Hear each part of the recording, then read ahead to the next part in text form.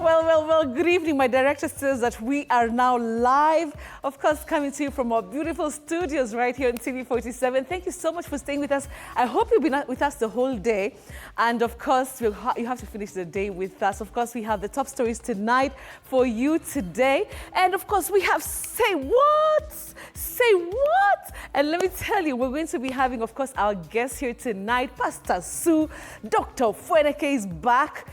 Finally, alienda leave akapumzika. So, of course, he's going to be joining us right here, of course, on the show. It's going to be a fantastic 1.5 hours. Let's begin with the highlights.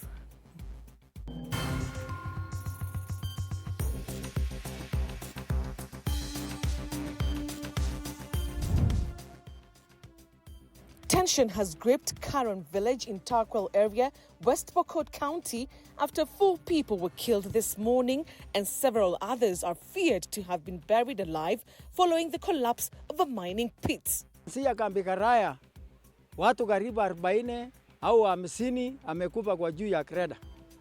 Ile amekucha nchi yetu. Hii kreda amelete kifo ya watu wengi sana.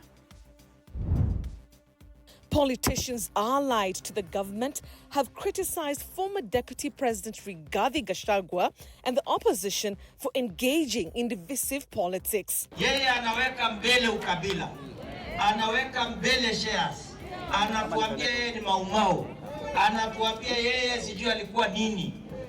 Nyinyi mwahi kumuona hapa Kibilili? Hapa tu mahali tuko mumemuona yeye? Meanwhile, DCP party leader and former Deputy President Rigathi Gachagua has hit back at President William Ruto, accusing him of being a tribal leader who sidelines other communities. Huyu William Ruto ndio mkabila mkubwa katika Jamhuri ya Kenya tangu wakati tulipigania uhuru. Mkabila asishindwe. Aende nyumbani asiende. Kenya is targeting to receive 5.5 million tourists this year, an ambitious goal that requires more than just storytelling, but innovation and genuine collaboration. Today, we focus on the strategies in place to make this a reality.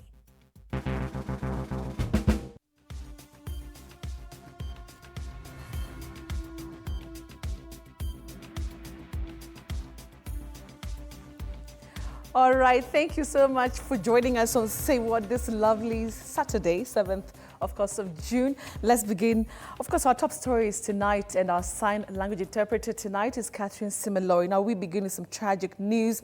And 4 people have died and several others have been injured after a gold mine collapsed earlier today in Karon, Tarkwell area of West Pokot County. Now, those who are hurt are currently being treated at Kakap Kamunguria County Referral Hospital. Meanwhile, the bodies of the deceased have been taken to the mortuary where post-mortem examinations are expected to be carried out. The story has been produced by Fatima Suleiman and voiced by Samson Jura. Take a look.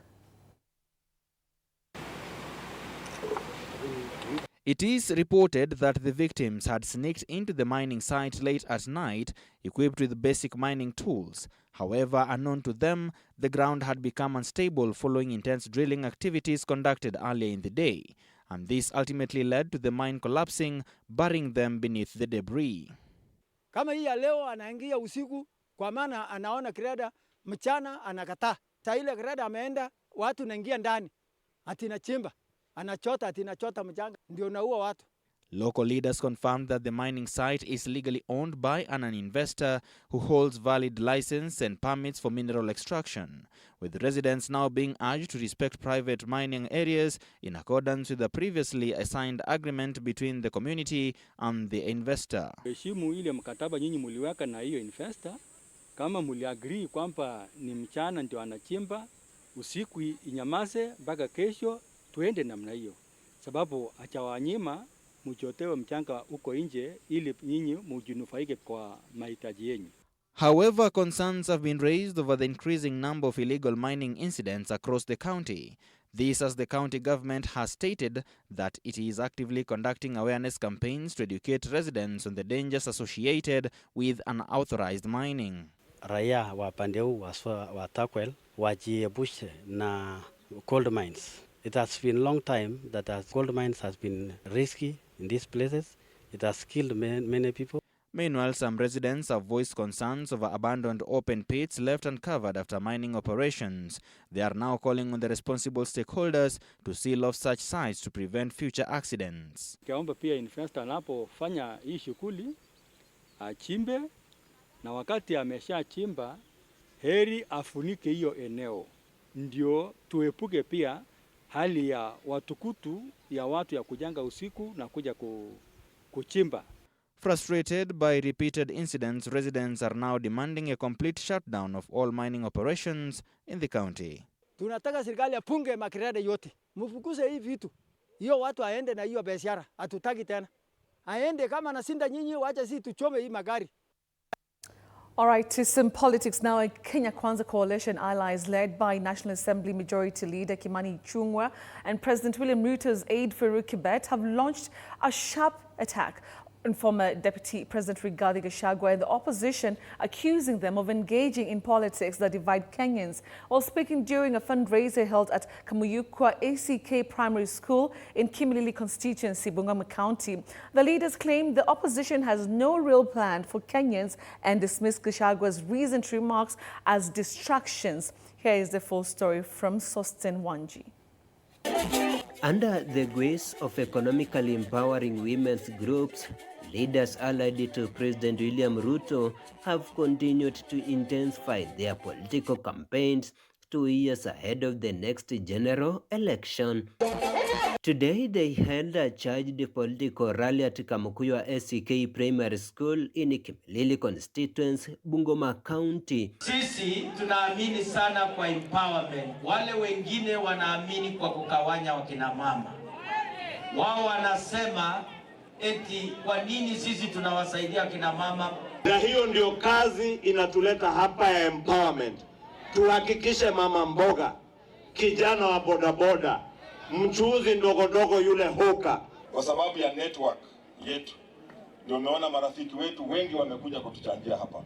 Lakini Wakenya wanakumbuka vile walivyotumia nafasi hiyo kubadilisha maisha ya wananchi wa Kenya ambao Mungu ametupatia. The leaders accusing the opposition of lacking a clear development agenda and instead promoting ethnic divisions across the country. Anataka atuambie ati ile maafa tuliona 2007, 2008 was a Christmas party. We are yet to see more bloodshed in 2027.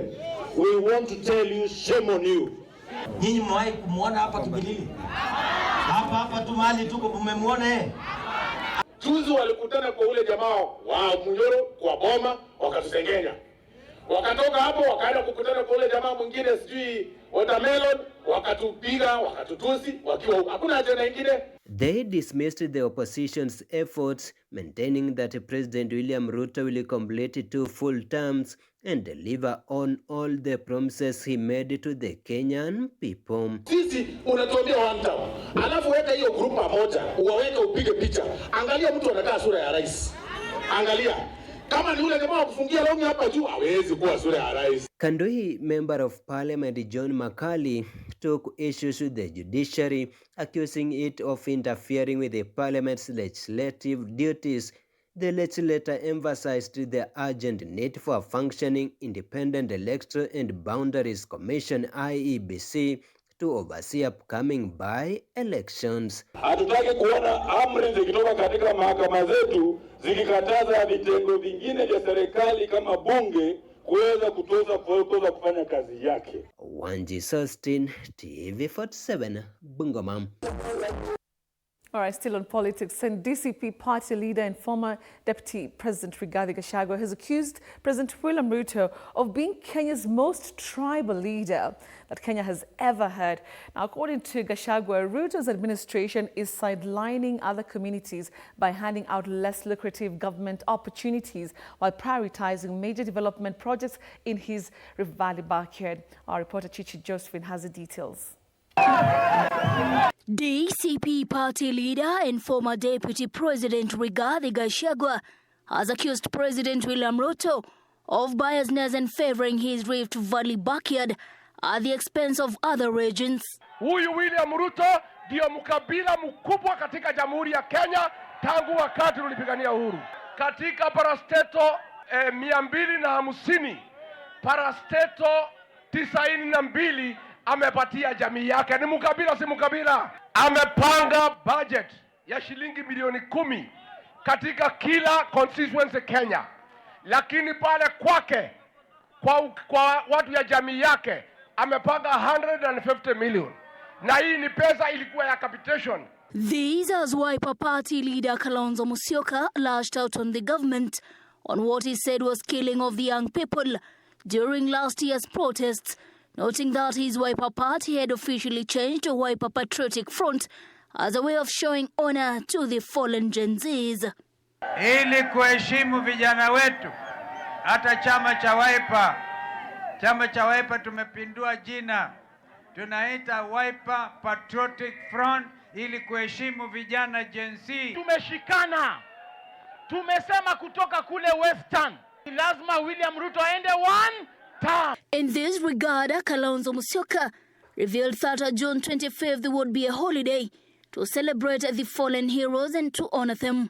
Ndio tumetangaza tarehe 25 itakuwa sikukuu Kenya nzima kusherekea ushindi wa vijana wa Kenya. Gachagua also wanted the president to keep off their relationship with Kalonzo Musyoka eyes after Ruto's allies too came at him, accusing him of misleading Kalonzo under the guise of being a political strategist. Na mimi nataka kuambia hii watu ya Kasongo, niliona mkipiga kelele ati mimi nashikana na Kalonzo. Hata mambo ya familia mnataka kuingilia. Mtu akiongea na kasi yake iko makosa. Wewe William Ruto, keep off family matters. Wacha wewe. Sisi na Wakamba, Wataita, Wataveta, Mijikenda, we are one family. Sisi ni my cousins. In what seemed as amplifying his main agenda in the 2027 general election, Gachagua is pushing his broader strategy to challenge President William Ruto come 2027 general election. Hii tumefika hapa tukielekea Mombasa. Tukitaka kuomba tusaidiane kumfukuza huyu Kasongo. The DCP party leader and former Deputy President Rigathi Gachagua and Wiper Party leader Kalonzo Musyoka toured Taita Taveta County as they step up efforts to solidify their support base ahead of the 2027 general election. Chichi, Josephine, TV47.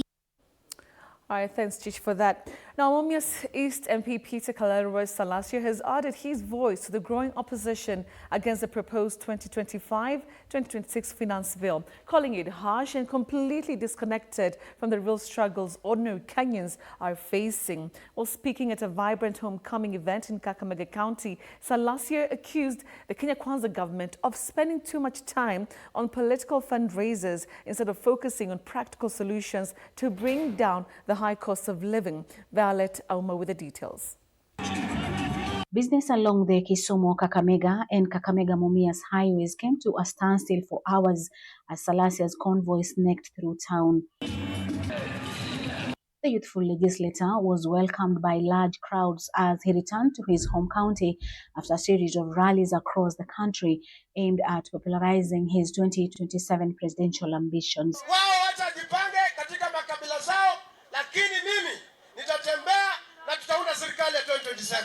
In his address, Salasia vowed to oppose the finance bill in its entirety, warning that it will further burden already overtaxed Kenyans grappling with inflation and joblessness. We are not going to accept anything called finance bill. Kwa sababu the current finance bill is still a burden to the Kenyans.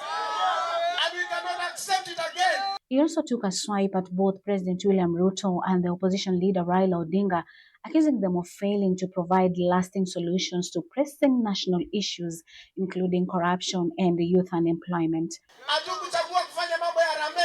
We want policies, we want ideas, we want job creation. Positioning himself as a voice of a new political generation, Salasia called on Kenyans, especially the youth, to rally behind him ahead of the 2027 elections, promising to challenge the political status quo with bold, people-centered reforms. Raila ataenda kukaa nyumbani, Ruto ataenda kukaa nyumbani, Musalia wamekaa nyumbani kwa sababu they have failed. His remarks come amid heightened national discourse over the proposed finance bill, which is currently under review by the National Assembly's Departmental Committee on Finance and National Planning. A particular, let me call it quote-unquote exemption, the fact that it leads to tax expenditure, are you able to demonstrate that that benefit is transferred to the users and to the sector? One controversial proposal under scrutiny is the removal of two key VAT exemptions under the VAT Act Cap 476, which have for long benefited Kenya's tourism industry. Earlier today, the Principal Secretary for the State Department for Tourism, John Ololtoa, appeared before the committee, urging lawmakers to retain the current tax exemptions. Between January and May, we were able to exempt up to a total of 49.03 million. Violet Auma, TV47. All right, to a fantastic feature that we lined up for you tonight. Kenya has set its sights on attracting 5.5 million tourists this year, a bold, ambitious goal that will take more than just marketing. Now, it calls for stories that inspire, places that captivate, and journeys that connect people with nature. Now, the Magharibi Expedition Series offers just that, a massive tour through the hidden treasures of Western Kenya, designed to raise awareness and open up new tourism frontiers.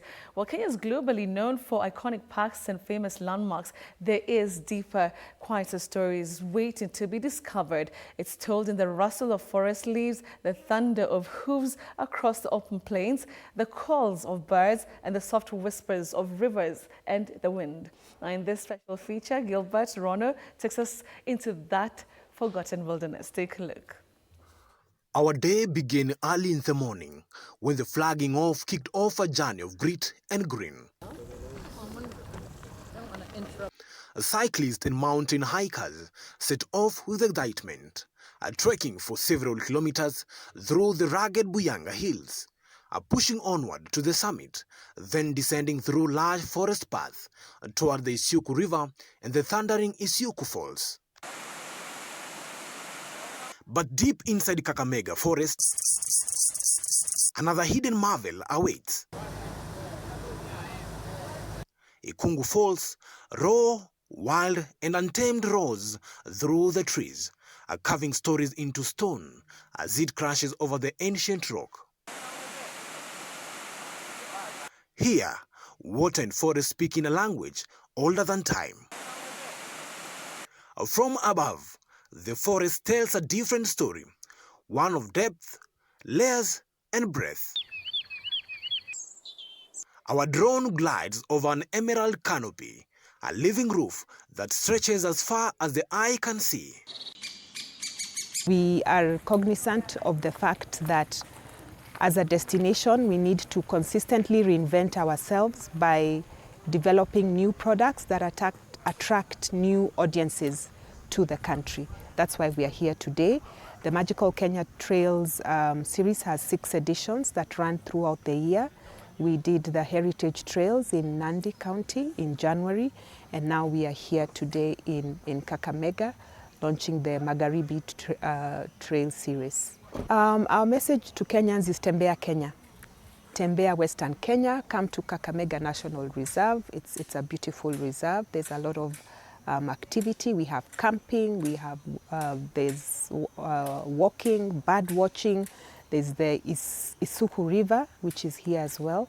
So our rallying call to Kenyans is Tembea Kenya and explore the destination. Kenya is a beautiful country. Deep in the heart of Western Kenya lies a forest unlike any other. Kakamega is more than green. It is ancient, sacred, and alive with stories carried on the wings of birds and the rustle of leaves. This is the only remaining part of the Guinea-Congolian rainforest in Kenya. Some of the trees here are over 200 years old, and the biodiversity is unmatched. Kakamega Forest is home to over 380 species of plants and 330 species of birds. A walk here is a dance with nature's finest. In Kenya, we've realized that most people they go to the parks to view the big five, the lions, the rhinos, the leopards and all that. But we have a unique thing in the western side of Kenya. We have the forest where you can have to do your trails, safaris comfortably. The weather is very good and the place is quite unique compared to other places. We have accommodation facilities if you wish maybe to come and stay around with a family. We have catering facilities, everything is provided. And also the place is quite unique. We have quite a lot of attractive features around here. We have the Buyangu Hills where you can view the whole forest at one go. For those who love watching snakes, we have quite a number of snakes here. We have vipers, we have Gabon vipers, we have rhinoceros vipers, rhinoceros horned viper, we have forest cobras, quite a number of several snakes around here, which is also unique. We also have unique trees that are not found in so many other areas, like we have forest mahogany in Kakamega Forest. We have vipers, a lot of climbers around here. And we also have Isuho Falls. We have a falls here, very beautiful, that you can come and watch. But paradise is not without its problems. Encroachment, illegal logging, and climate change remain the pressing threats. We have a program that we call, we've got a CSR program that Kenya Wildlife Service runs, and we have community benefit sharing. Like right now here, you can see we have guides around here. When tourists come here, when we have guests coming visiting the park, it's not the Kenya Wildlife Service rangers who take them around. It's the community guides. So the money that is paid to the community guide, it rolls back to the community. Visitors come to hike, camp, bird watch and to listen to the forest, to silence, and to the stories it tells. But Karen has something. This forest could speak. What will it say? Leave me as I am. I'm supposed to be as natural as possible. And perhaps that's the soul of Kakamega, an echo of the past, whispering a plea for the future. After the whispers of Kakamega and the roar of our waterfalls, we journeyed west across the moving waters of Lake Victoria. Good afternoon from Homa Bay County, and today we are in for something special, an expedition that is about crisscrossing Kenya like never before. And behind me is a water bus that offers transportation of goods and services. Aboard a ferry, we sail not just across the lake, but into a moment. To Rusinga Island, where the sky melts into the water and time seems to pause. As the sun kissed the horizon, its last light dancing on rippling waves, Rusinga revealed our softer side, golden, white and soul-stirring.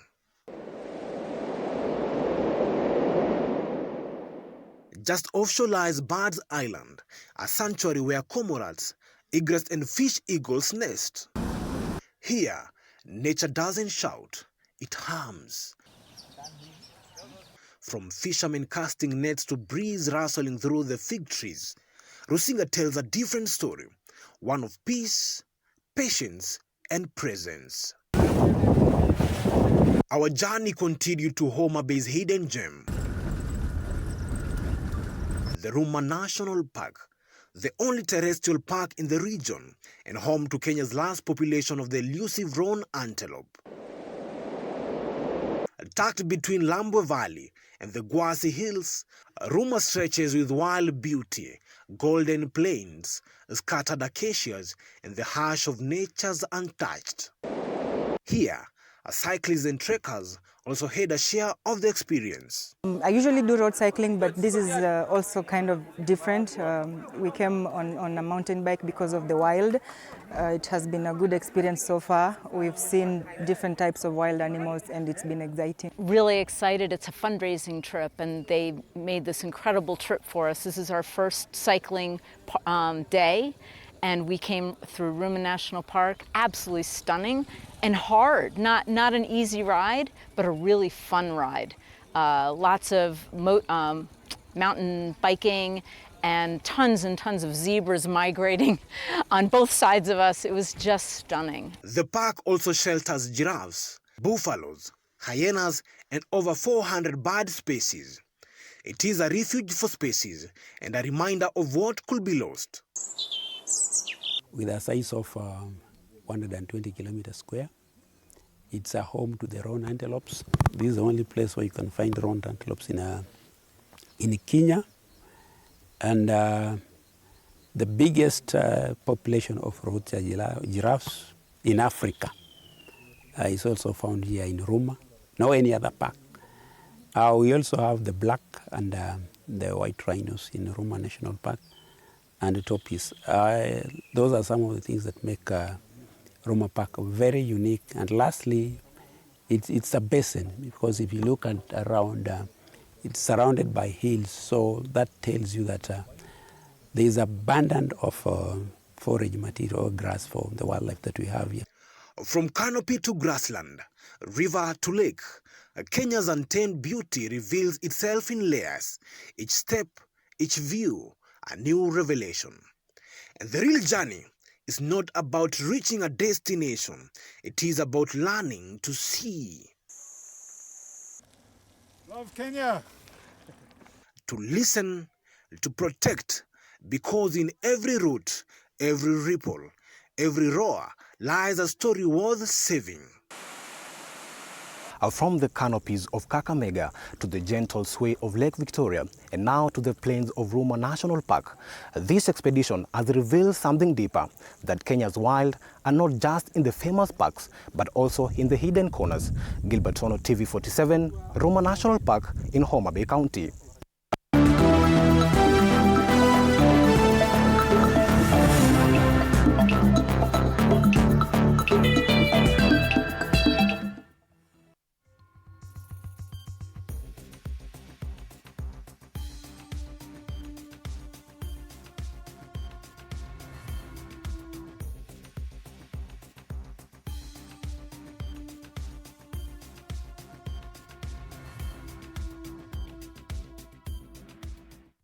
Well, Gilbert, that was a fantastic story. Honestly, I'm looking forward to seeing more and more hidden, treasures of this beautiful country of ours. Thank you very much, Gilbert, for that fantastic reporting.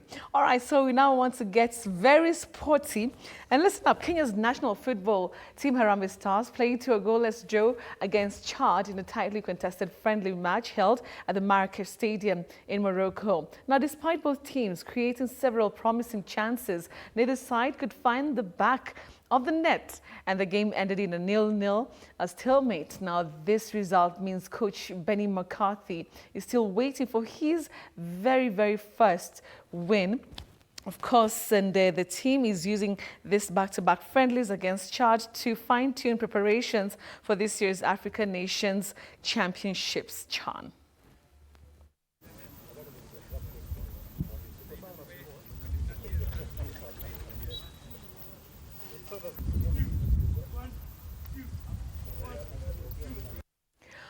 Now, over 110 junior athletes from Kianda School, Strathmore School and Genesis Sports Limited took part in a one-day athletics championship held earlier today in Kiambu County. Now, one of the standout performances came from 13-year-old Mukoro Chanel of Kianda School, who pushed through stitch pain to win gold in the 800 meters. Now, Otido John from the ESSP also impressed, clinching gold in the 400 meters race with a time of 56.22 seconds. Now, coaches and parents hailed the event's success, noting its importance in nurturing this next generation of Kenya's athletic talent. 55 students, boys and girls, and we hope that all is going to be well. In other meets, we have always come here, or we have always met at Kasarani or Ulinzi Sports, and we have always been doing well, especially our boys. They have always taken #1, and our girls have always taken number 2 or 3. So overall, we have been making it at around either 1 or 2nd. We are going to Mombasa next weekend for mini Olympics, where athletics would be one of the events to be participated. We'll be having swimming, athletics, skating, chess, taekwondo, all of them, and all teams from all over the country will be going to Mombasa. The 400 meters, I find it very exciting. I really want to do it again. For the upcoming races, for the other races that I'm planning to do and the ones that I've trained for, first of all, I trained by my coach here, who's standing beside here. He trained me on how to start, the starting and the jumping for.